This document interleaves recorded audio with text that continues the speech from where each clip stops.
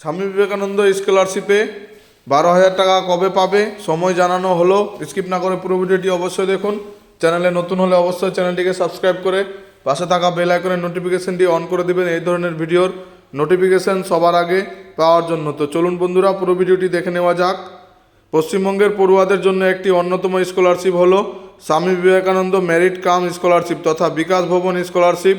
Swami Vivekananda merit cum স্কলারশিপের টাকার ফলে রাজ্যের বহু মেধাবী গরিব পড়ুয়া পড়াশোনার ক্ষেত্রে সাহায্য পাচ্ছে। তবে মাঝে কিছু সময়ের জন্য এই পোর্টাল বন্ধ রাখা হয়েছিল। পোর্টালের টেকনিক্যাল সমস্যার কারণে বন্ধ রাখা হয়েছিল, কিন্তু এখন আবার চালু করা হয়েছে এবং আগের মতোই স্বাভাবিকভাবেই সব কিছু চলছে।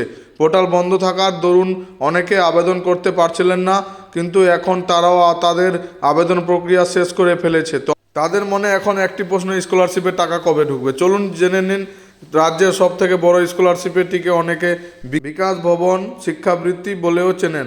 এই স্কলারশিপে পড়ুয়ারা স্কুলে থাকাকালীন 12,000 টাকা এবং কলেজে 12 থেকে 18,000 টাকা সাধারণ কোর্সের জন্য পেয়ে থাকে। তবে টেকনিক্যাল অথবা প্রফেশনাল কোর্সের জন্য এক্ষেত্রে পরিমাণ বেড়ে প্রতি বছরে 60,000 টাকা পর্যন্ত দেওয়া হয়। এই স্কলারশিপে আবেদন করার পর সে বেশ কিছু ধাপের মধ্য দিয়ে আবেদন পদ্ধতি ভেরিফিকেশন হয়। শেষ পর্যায়ে বিকাশ ভবন তরফ থেকে সব ঠিক থাকলে আবেদন অ্যাপ্রুভাল অর্থাৎ অনুমোদন পাওয়া যায়।